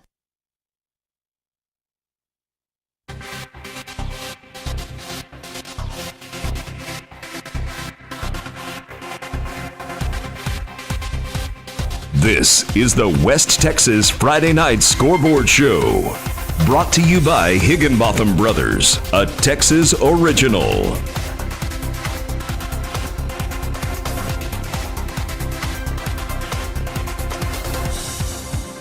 It's the West Texas Friday Night Scoreboard Show. Here it is, 11:15 already on our final show of the 2020 season. Hard to believe. It seems like we just got started, but now we're way down into the playoffs. And speaking of the playoffs, you know, one of the guys who's covered so many games for us this year, Charlie Parker. That's right, Tony, and he's been great, whether it was with Breckenridge or anybody else that happens to be playing around. Tonight, Charlie watched a great ball game between Windthorst and Albany. I think he's going to tell us about it now. 'Tis the season, and turnovers definitely can hurt you. The Albany Lions had a fumble and 3 picks, which halted very important drives. The Windthorst Trojans netted a 3-yard run and a 1-yard run for touchdowns, but missed both point attempts, which you knew that could come back to haunt you. Well, the tip drill worked to perfection for the Trojans that allowed them their second touchdown of the afternoon. In the second half, though, the Lions' Coy Lefevre scored on a 12-yard run. 1 minute and 38 seconds later, Albany's Barrett Beal found Cole Champion alone in the corner of the end zone, and the kick sailed wide right. So the Lions had the advantage by only 13-12. On the ensuing possession, the Trojans' Kai Belcher, on his first play since coming back from an injury, connected on a 67-yard pass to Kyle Wolf to the Albany 7-yard line. 2 plays later, Ethan Belcher scored what proved to be the winning score as Windthorst advances with an 18-13 win over Albany. They will face the Munster Hornets in the regional finals as they knocked off Hamlin Pied Pipers today, 31-28. In other action around the Lake Country today, the Cisco Lobos defeated the Holly Bearcats 54-20 and had the longest run from scrimmage in Cisco history, a 99.5 yard. And the announcers made sure you put that half yard in there for Jared Fisher as the Lobos rolled today. Reporting for West Texas Friday Night Scoreboard and K-Lakes 93.5, I'm Charlie Parker. Thank you for that, Charlie, and thanks for all you've done for the Scoreboard this year. Tony, now let's go up into the Panhandle. The Wellington Skyrockets taking on the Vega Longhorns. David Broerman has the call for the Longhorns. Good evening. This is David Broerman reporting from the Vega and Wellington game as the Vega Longhorns have fallen in the third round of the playoffs for the third year in a row, this time to the Wellington Skyrockets, 40-20. It was a very good game in the first half, back and forth. Ended up being a 20-14 lead for the Wellington Skyrockets as we headed into the break. The Wellington Skyrockets quarterback, number 12, Creighton Killian, was injured at the end of the first half and didn't play at all in the second half. So Wellington was forced to go with a direct snap to either Mark Ramirez or number 2, Folk, for the rest of the game, and they were able to dominate the line of scrimmage and defeat the Vega Longhorns 40-20. Vega was led, as they have been all year long, by quarterback Carson Graywonder. He had an early pass to Carson McCall of about 40 yards for a touchdown, and then threw a deep ball to Riley Tiemann in the second half for a touchdown. So he had 2 long touchdown passes on the night, and then Riley Tiemann added a long touchdown run from the tailback position. Wellington was led, as they have been all year, by Mark Ramirez, number 5. He led Wellington in rushing, but really what made the difference in this ball game were 2 big linemen for the Skyrockets. Number 73, whose name is Wood, and then number 55, Orozco, dominated both lines of scrimmage, the offensive and defensive side, and led Wellington to that big third-round playoff victory, and so they will advance to the quarterfinal round to play the McCamey Badgers. Reporting for the West Texas Scoreboard Show, this is David Broman. All right, David, thank you for that. And, Tony, the Wellington Skyrockets, you heard him mention the quarterback getting hurt and not able to play. They're going to need to figure out how to get healthy within a week because they're fixing to take on a McCamey Badgers team who kind of came out of nowhere, but they've beaten state-ranked teams and they're hot, and they rolled over Stratford tonight 41-18. So you got to think that sets up a really good game next week. Now we're going to go talk to a team that's probably the hottest on the Texas Panhandle South Plains in the Post Bold Gold Antelopes. They got a big win tonight over Panhandle. Jim Plummer is the voice of the Bold Gold Antelopes. This is Jim Plummer for Post Sports Radio, reporting live from Lubbock Cooper Pirates Stadium, just south of Lubbock, where the Bold Gold Antelopes showed everything they had tonight to totally shut down the Panhandle Panthers. Final score here, 68-0. Michael Pittman's squad will move on to play Cisco next week. We should have a report on whether that game, where and when that game will be later tonight or tomorrow morning. The score by halves, of course, only Post scoring 32 in the first, 28 in the second, and just 1 touchdown in the fourth. Post resorted to 2-point conversions on every attempt after a touchdown tonight, which is new for the Bold Gold, and may see that more later in the playoffs. As far as rushing goes, Ashton Jefferson was the leading rusher in the game with 180 yards. He comes in the game averaging 124. Slade Pittman went over for 111 yards. He as the quarterback on 10 carries. Touchdown-wise, I think Ashton Jefferson had 4, Pittman 2, unless I'm misreading that. But anyway, it was a total bloodbath here at Lubbock Cooper Pirate Stadium. Bold Gold Antelopes win and move on in the playoffs by beating Panhandle 68-0. For Post Sports Radio, this is Jim Plummer. All right, Jim, thank you for that. And Tony, Post picking up basically where they've been all year. They just continue to roll. Their defense is dominant. The offense is putting up huge points, and that sets up the battle with the Cisco Lobos. That's going to be one of those games that next week it's going to be really interesting to see how it plays out. Another one I think is going to be really good is that Wellington-McCamey game. That gets your attention. Can the Canyon Eagles hold their own against the Springtown Porcupines in 4A Division I? Springtown's defense had their way with Dumas. Dumas shut Canyon down. So has Canyon improved? Can they do something we haven't seen before? And then a couple of games I'm looking at tomorrow, really big games. Happy taking on Borden County. That's a good one. And Westbrook and Sterling City, a rematch of a district championship a couple of weeks ago between number 1 and number 2. Sterling City won that. Ken Westbrook, who hasn't been in the playoffs this far in a very long time, can they rebound? Can they come back on that? Tons of good action to watch next week. Absolutely. Hey, we've got more highlights for you coming up. Also, we're going to dig a little deeper for 5A and 6A. And that's right around the corner on the Scoreboard. Consistent defoliation shouldn't cost a lot. When it comes to choosing a defoliant, you need a proven performer that drops leaves and picks clean without raising your cost per acre. You need to drop leaves without dropping dollars. Get ETX, a concentrated formula that removes both mature and immature leaves, as well as regrowth. You can depend on ETX to deliver the consistent defoliation you've come to trust. So ask your retailer about ETX today and drop leaves, not dollars. ETX from Nishino America. As certain as Friday night lights shine on high school football, Higginbotham Brothers shine for you. For over 135 years, Higginbotham Brothers have been your family lumberyard and hardware store, offering one-on-one service. When you're purchasing coolers, grills, or looking for a new chair for that next tailgate party, come to Higginbotham Brothers. For quality products and superior customer service, it's Higginbotham Brothers, a Texas original. I've never been on in my life. I looked at my boarding pass. They had me in row 187K. 187K. I didn't even realize they made airplanes that big. I mean, economy ended in row 90, so you can imagine the section I was sitting in. Well, I finally got to my seat. What a nightmare. On one side of me, a screaming baby. No adults, just a screaming baby. On the other side, a fish. A fish, yeah, a real fish. I mean, usually I like to talk to the guy sitting next to me, but this character had no personality at all. Although he did kind of chuckle when the stewardess mentioned that the seat could be used as a flotation device. Anyway, just to show you how rude this guy was, he starts smoking a pipe and fills the whole cabin up with smoke. But I got the last laugh when the stewardess came around. He ordered red wine. Fish with red wine. Imagine that. You just did. You saw it on the radio.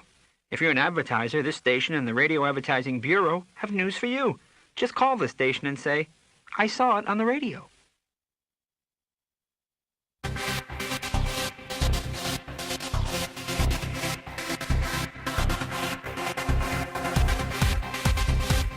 Welcome back to the West Texas Friday Night Scoreboard Show.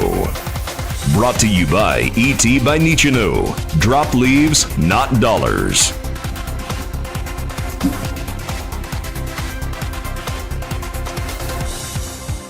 Welcome back. It's the West Texas Friday Night Scoreboard Show. Stephen? We're joined now by Alexis Cubitt with the Lubbock Avalanche Journal. Alexis, you're awful busy covering the Lubbock area with several big games going on. One, Friendship hosting Odessa High, and really a game that's just finishing out the string. Odessa looking for their first win of the season. Friendship looking to finish the season with a win. Yeah, that's the thing. It's just about momentum and kind of, ending the season with the win, especially with the way their season has gone. You lose your starting quarterback before district starts, and that's going to hurt. And I think that kind of spilled over into the district play, just not having him. Nothing against, Corbin coming in there for Chad, but, when you kind of start with the guy, that's going to be your guy, and then he goes out, it hurts, and it takes a while to rebound from that, especially in the district that they play in. Like, I'll admit it, I didn't know much about San Angelo Central. I knew that they had that, tradition of being in the district together from way back when. But, San Angelo Central really came in and I think at least surprised me with how good they were.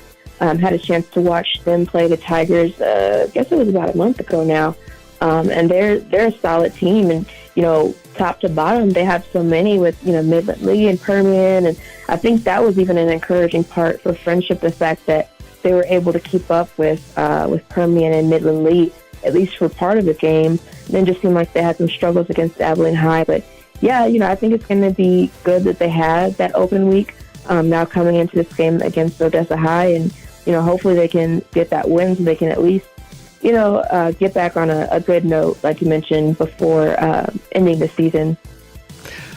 In District 3, 5A Division 1, you've got Lubbock Coronado taking on Lubbock Monterey. The Plainsmen at 2-2. Coronado 4-0 in district play. Pretty big ball game there. Yeah, and the thing is, I wrote about it in the article or the preview that I did for that game. I think just being able to play, getting out on the field right now for both of those teams is a huge win, considering last week, both teams didn't. Monterey was the one that had to forfeit because they just had so many guys. I believe the final count was maybe 7 or 9 players, and then 5 coaches. I think it was 9 players, because it was 7 when I talked to Coach Hutch, and then it was that Monday I talked to him, And then by that Thursday or Wednesday, when they had to cancel, he said they had 2 more. So 9 total players, 5 coaches. I mean, there's only so much you can do, and I know they were antsy to be able to play and see what they could do against Tascosa, but, COVID is just really rampant right now, and so they have to shut that down. And then Caprock was the reason why Coronado couldn't play. Same deal over there, where they just had to shut things down. So neither team has played in 2 weeks. And then add on the fact that, this is the first time, to my knowledge, they've played each other right after Thanksgiving, because this is the first time we've had regular season football right after Thanksgiving. So that adds the excitement of it. And like I said, just being able to get out there and play football. And then, of course, there's the rivalry aspect. So I think it should be a good game. I don't know how competitive it is, and not because, neither team is good. It's just because Monterey has been struggling so much with getting guys back and with getting coaches back. One coach just got active yesterday, clearing the quarantine protocol, if you will. So, this is going to be a game where Monterey is really going to have to work through some things. And the good thing is they've secured the 4th seed because of Caprock's forfeit. So they know they're going to make the playoffs. So right now, I think the matter is just using this game in the next week or so to really kind of get where they want to be for playoffs. And then for Coronado, I mean, you win this one and you're playing for a district championship next week, which should be really, really fun. So the game has more implications for Coronado, I think, just because they have, they're eyeing the district championship, which would be the second one in 4 seasons, something like that. So, I think it'll be a fun one, because it's always a fun one, because it's that rivalry aspect. The kids really get into it, and I talked to Coach Parr and Coach Hutch, and obviously this is not going to be something that they'll have to get their guys amped up for. They're just already going to be pretty excited and wired because it's a rivalry, and then add on the fact that they didn't even know if they would get this game. Well, the game of the week in Region 1 of 5A Division 2 is taking place out at Woodrow with Wichita Falls Rider and Lubbock Cooper. And everything's on the line there. District championship on the line. 2 state-ranked teams. Cooper trying to overcome some of the same COVID situations we were just talking about, but a great game there. Yeah, and, I think the thing for them is that, they didn't have, I don't know how many total they had, but they did have enough to where they were able to at least practice during that 2-week period. And I think that they had a lot of good momentum after, I believe it was a 42-6 win over Plainview just before they had to enter that quarantine protocol. And so they had some good things to build off of, especially with, their offense kind of now finding its rhythm, finding the guys who will be there on offense. And so, yeah, but I mean, that Rider offense is just going to be so tough. They have at least 2 Division I guys on their offense, and then, of course, their defense is always pretty stout. So it's just going to be really, really fun. Kind of the same Coronado-Monterey deal in that, it's become a pretty fun rivalry. For the past 2 seasons, they've played each other twice, once in the regular season and then once in the regional quarterfinals. And so it's just become where, these kids know each other. They want to beat each other because they know that by beating one another, that means you're the best in your district, because there really hasn't been too much, I think, parity, if you will, as far as kind of teams moving around. You kind of already know who's going to be at the top 2 teams, and then the 3 and 4 maybe kind of get mixed up. I think Randall earned I think they were the 3rd seed last year. I can't remember who got 4th. But, I thought Abilene Wiley threw kind of a nice wrench in there a little bit, just because they showed some improvement this season. But at the end of the day, it's going to come down to Ryder and Lubbock Cooper for that district championship. And, even though Lubbock Cooper has that game against Wichita Falls High next week, this is the big one, and so not saying that they're going to overlook next week, but in order to kind of ride that momentum and be able to be those 2-time district champs, this is going to be their toughest challenge in accomplishing that goal. Well, Alexis, we want to thank you for taking a few minutes to call in and bring us up to speed. Again, we're joined by Alexis Cubitt with the Lubbock Avalanche Journal. Okay, thanks for that, Stephen. And as we wrap up this segment, we're back in just a moment. This is the Scoreboard. Sustainability is a buzzword today, but farmers have always sustained the land, their families, and hopefully a little profit. Wiley Implement and Spray Centers can help you keep your equipment in top form with genuine Case IH parts and service. With 14 locations across Texas, Wiley Implement is there to help you sustain your farming operation and your profitability. See us at WileySprayers.com for genuine Case IH parts and service. I'm Scott Wiley. We'll try hard to earn your business and even harder to keep it. That's it. That's all. Agriculture drives our economy. Ag Secretary Sonny Perdue. President Trump understands that these are the people who are producing, and they are the disproportionate bearers of the trade disruption. Therefore, the Commodity Credit Corporation is authorized to do that, and we make no apologies for doing so. Stay up to date with Ag News anytime, anywhere. allagnews.com. Saturday morning, the doorbell rings, and like many Americans, I answer it. I open the door, and there's this guy dressed in a banana suit holding a flute. Why me? I say to myself, why do these people always pick me? Then the guy hands me his card, A1 Banana Control. He says, you've got a banana problem, and I'm the answer. And I'm thinking, hey, pal, I'm the answer. You're the problem when a real live banana drops out of the light fixture and lands on its feet. 4 little feet and hightails it right out the door. They sense my presence, this guy says to me. Then he goes piping around the living room, scaring bananas literally out of every corner, opens up the piano, tra-la-la's it right up the stairs. The next thing I know, the banana man is being escorted down the stairs on the backs of hundreds of bananas. As they stampede by, he flips me the bill and yells back, remember, A1, we are bananas. Imagine that. You just did. You saw it on the radio. If you're an advertiser, this station and the Radio Advertising Bureau have news for you. Just call the station and say, I saw it on the radio.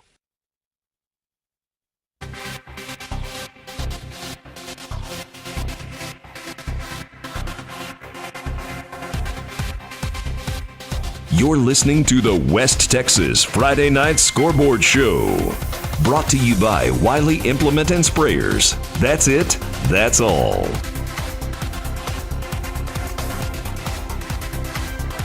It's the West Texas Friday Night Scoreboard Show. It's 11:35. Stephen? We're joined now by Alexis Cubitt with the Lubbock Avalanche Journal. Alexis, you're awful busy covering the Lubbock area with several big games going on. One, Friendship hosting Odessa High, and really a game that's just finishing out the string. Odessa looking for their first win of the season. Friendship looking to finish the season with a win. Yeah, that's the thing. It's just about momentum and kind of, ending the season with the win, especially with the way their season has gone. You lose your starting quarterback before district starts, and that's going to hurt. And I think that kind of spilled over into the district play, just not having him. Nothing against, Corbin coming in there for Chad, but, when you kind of start with the guy, and that's going to be your guy, and then he goes out, it hurts. And it takes I always thought it could be a photo book. So I hadn't looked at the pictures much over the last 29 years or so. So about a year ago, I started looking at the proof sheets, and I thought there's a book in there, and I contacted the University of Texas, and we've produced this book. And when we talk about the pictures, you shot all the pictures for Friday Night Lives, the big book, blockbuster that's become so much more than that. Talk about your time there and what the access you had and the neat things you got to do 30 years ago when that book was being made. Buzz had come down from Philadelphia, worked at the Philadelphia Inquirer, and he had just won a Pulitzer and got this book contract. And I met him a few times, and I said, hey, you should hire me to do this book, and never really thought anything of it. And then a few months later, he called me and said, hey, can you come down and shoot pictures? And I was like, yeah, sure. So I was happy to, because I know Buzz was a pretty talented guy. So I got down there, and he had endeared himself so much to the team and the coaches and the community. I had pretty much complete access. So I pretty much went wherever I went, and the kids trusted Buzz, and he had a great rapport with them. So I was I was ushered in and allowed to hang out with the kids, and I got to know them pretty well. I'm still in touch with some of them to this day. When you look back at that time, could you have ever had any idea how big Friday Night Lights would become, or the doors that would open for you?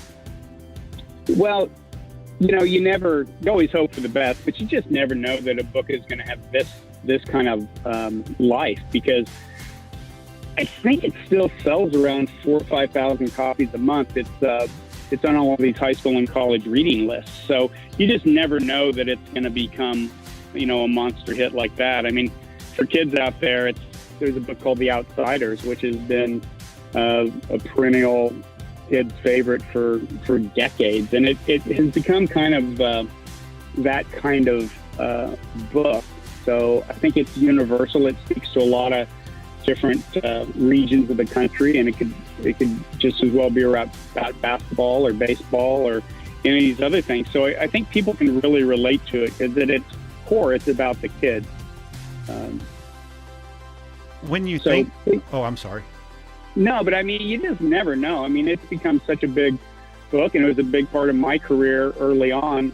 I had my first real work in magazines. I think I had 17 pictures in Sports Illustrated in black and white. So, you don't get much better than that for your first assignment. When you think back to that time, is there any memory that stands out to you, that one that just was, I guess, the overarching theme of your time shooting for that book? Well, I grew up in western Kansas, and Hays, Kansas, to be specific. And Odessa's like a big Hays, Kansas. I mean, it's got a lot of oil industry. It's kind of a tough town. I think I call it in my afterword a fist fighting town, and it's very similar. We just didn't have as good a football team as Permian, but I could relate to the kids, and I felt in a way I was telling my own story, or like I was shooting for my own high school yearbook.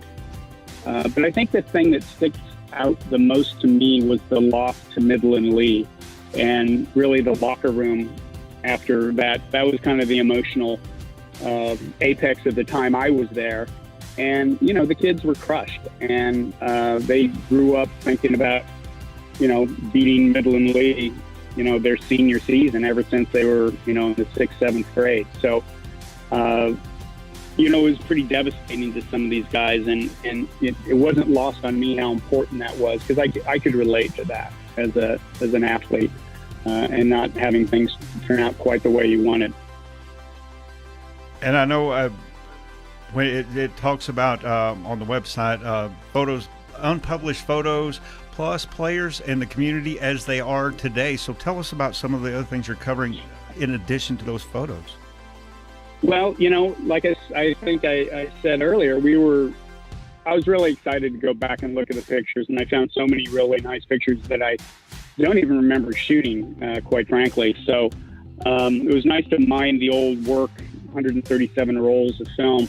But also it was good to go back and see, Bissinger. I talked to Buzz quite a bit more during this project, but I went and photographed Brian Chavez and his family, and Don Billingsley and Mike Winchell, and I made trips to Dallas and hooked up with some of those guys, and I photographed Jared McDougal again as well down in Bandera area. So, it was nice to kind of see where their lives had taken them, and just to touch base with them. Well, Robert, we're about to run out of time. If somebody wants to get a copy of Friday Night Lives, find out more information, what are the best ways for them to do that? Well, I think if you go to University of Texas Press, it is on there, and utpress.edu, and look for Friday Night Live, and there's a nice discount code on there too. It's a great Christmas present, I think. But also you can always get it on Amazon or some of these other publishers. Well, Robert, I want to thank you so much for taking a few minutes to come and visit with us about your book, and congratulations on it and for a 30-year career in photography. Well, thanks a lot. I really appreciate you taking the time. Again, we're joined by Robert Clark, his new book, Friday Night Lives, Photos from the Town, the Team, and After, taking a look back at the Permian Panthers and the subject of the book, Friday Night Lights. Go and get your copy at UT Press. I'm Stephen Orr. This is the West Texas Friday Night Scoreboard Show. As certain as Friday night lights shine on high school football, Higginbotham Brothers shine for you. For over 135 years, Higginbotham Brothers have been your family lumberyard and hardware store, offering one-on-one service. When purchasing coolers, grills, or looking for a new chair for that next tailgate party, come to Higginbotham Brothers. A Texas tradition since 1881, Higginbotham Brothers have been your family lumberyard and hardware store. 40 stores strong, serving your local communities with lumber and hardware items, and much, much more. Consistent defoliation shouldn't cost a lot. When it comes to choosing a defoliant, you need a proven performer that drops leaves and picks clean without raising your cost per acre. You need to drop leaves without dropping dollars. Get ETX, a concentrated formula that removes both mature and immature leaves, as well as regrowth. You can depend on ETX to deliver the consistent defoliation you've come to trust. So ask your retailer about ETX today and drop leaves, not dollars. ETX from Nishino America. Walking around here inside the theater of my mind. How did I get in here? I put you in here. That's the nice thing about radio. I can put anything I want in here. Watch out for those elephants. That was close. Watch yourself. You almost stepped in front of that train. I saw it coming, actually. Is that a merry-go-round over there by those Inca ruins? Yes, it is. Well, what do you mean that's the nice thing about radio? Well, unlike, say, TV, which is at the mercy of the size of the screen, the monitor of our head is limitless. I get it. Like that giant pterodactyl over there, taking a bite out of the Superdome. That's neat. Send the synthesizer players in, will you? Come on in. Thanks for helping me reappreciate radio. I gotta play this back on my Walkman. Excuse me? Yeah? You left the door to my mind open. Oh, I'm sorry. Presented by the National Association of Broadcasters.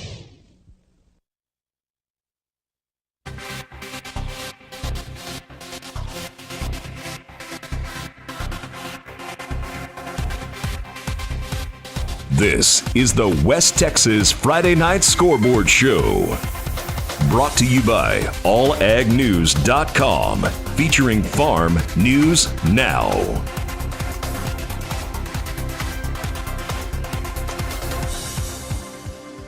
It's the West Texas Friday Night Scoreboard Show. Tony St. James along with Stephen Orr and you tonight, toll free at 1-800-983-5704. 1-800-983-5704.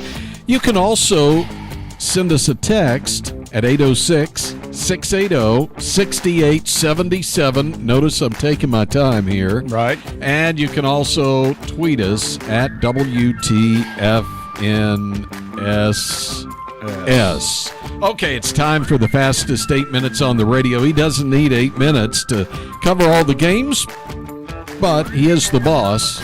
It's Stephen Orr. Well, we'll also talk about who's going to be playing next week and maybe extrapolate just a bit as we have 8 minutes to cover 68 games. You can also vacillate as you extrapolate if I'd you rather want to. extrapolate. Vacillating means you're not certain. Okay. Anyway, let's start in District 2 of 6A District Action. Abilene High hosting Midland. Abilene gets the win in that one, 56-14. San Angelo Central travels to Midland to take on the Lee Rebels, and Lee gets the win in that one, 56-35. Odessa High looking for a first win of their season. Friendship finishes that one off with a 38-17 win. Friendship ends their season at 3-6. In District 2 of 5A Division 1, Amarillo High defeats the Lubbock High Westerners 44-17. Amarillo Paladura picks up a forfeit from Amarillo Caprock. Lubbock Monterey takes on Lubbock Coronado, and Coronado gets the win in that one, 40-14. In District 3, Abilene Cooper continues to roll. They win 50-13 over Crowley. Northwest High falls to Azle 52-14. Fort Worth Brewer postpones, or I guess they said no contest. I'm not sure how you do that in a district game, but Fort Worth Arlington Heights and Fort Worth Brewer did not take place. Saginaw and Granbury play tomorrow. Tonight, Abilene Wiley defeats Plainview 48-0. And in Lubbock, Lubbock Cooper gets the 1-point win over Wichita Falls Rider with a fourth quarter rally. 25-24 is your final in that one. Now let's get into the playoff brackets for a Division I, Region 1.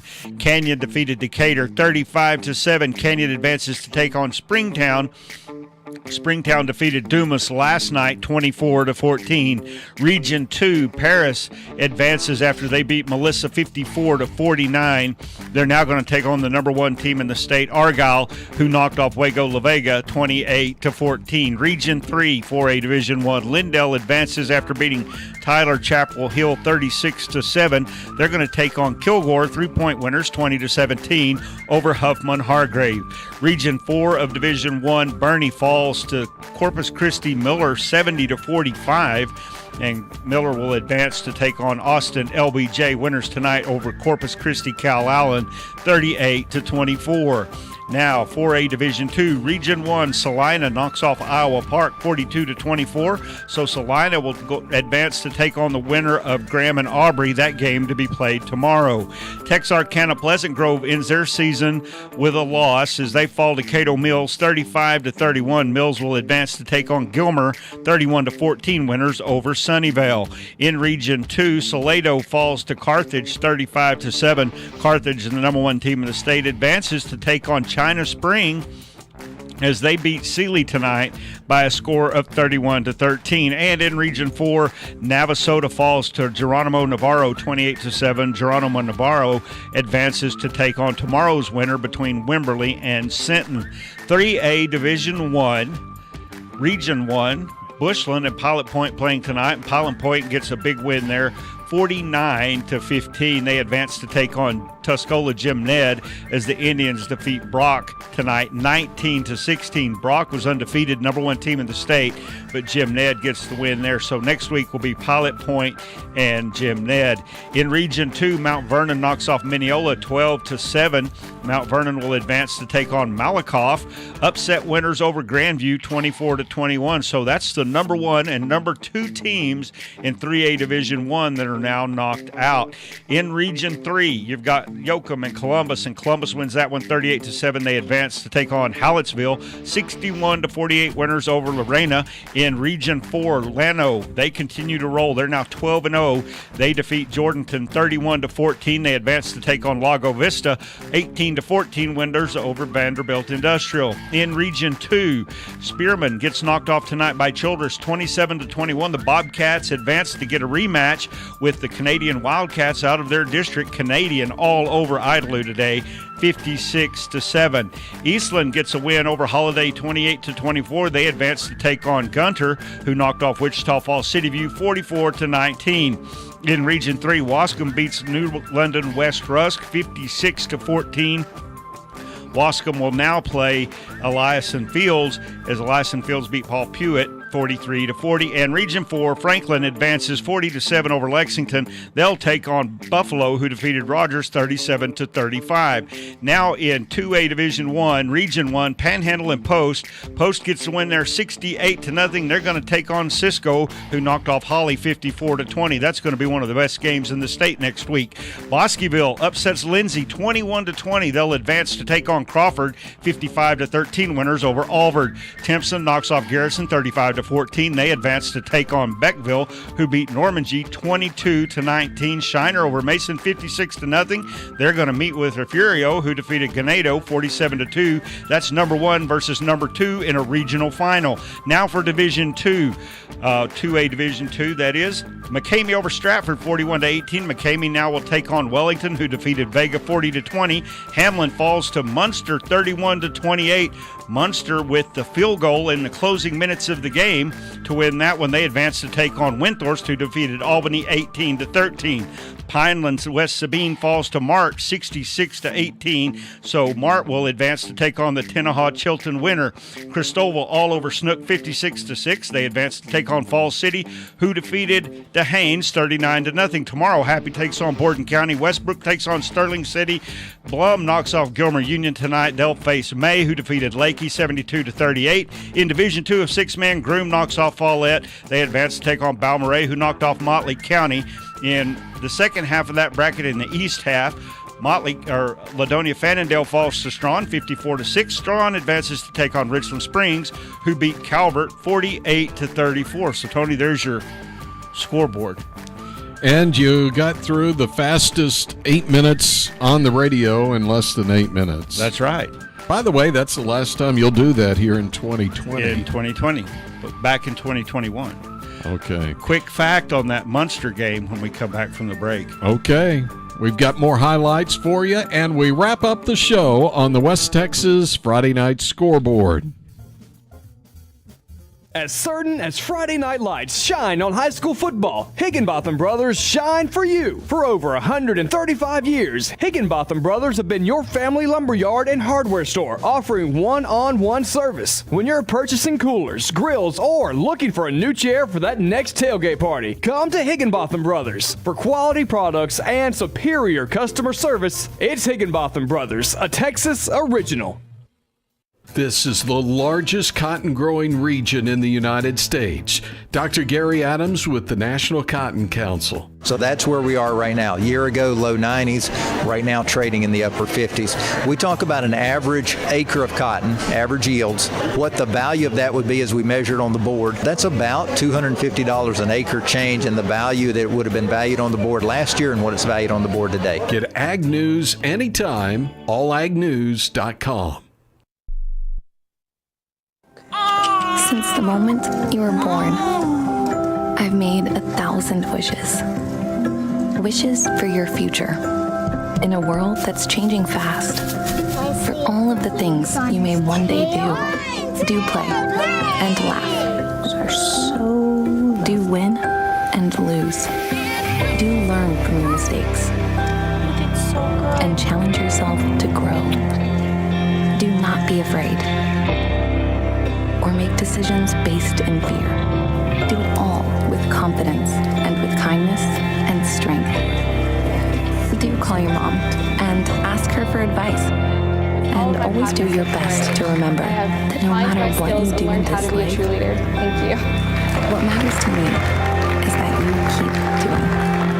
I love you always, Mom. Inspire kids to do at 4h.org.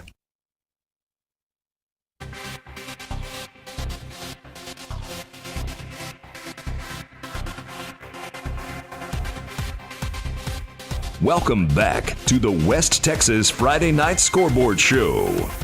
Follow us online at FridayNightScores.com.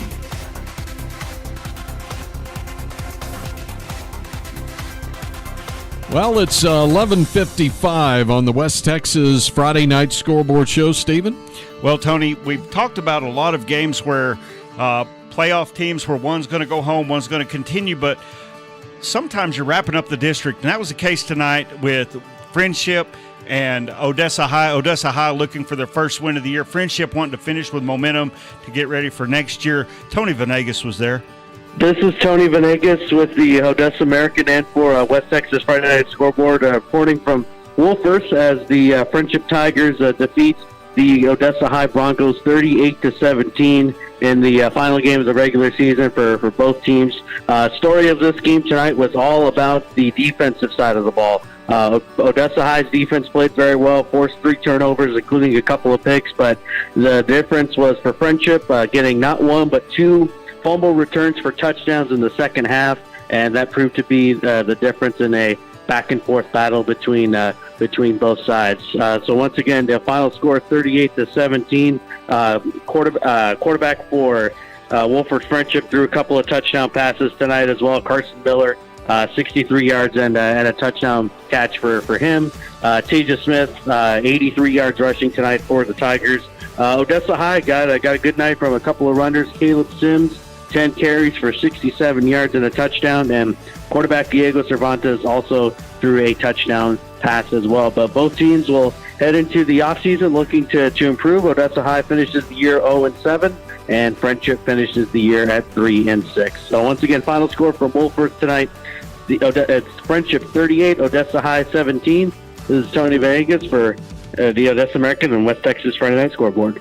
All right, Tony, thank you for that. And Tony, as We were talking earlier. We've got several people that had double headers today. Corey Hogue, one of them, he was there tonight as Eastland took on Holiday.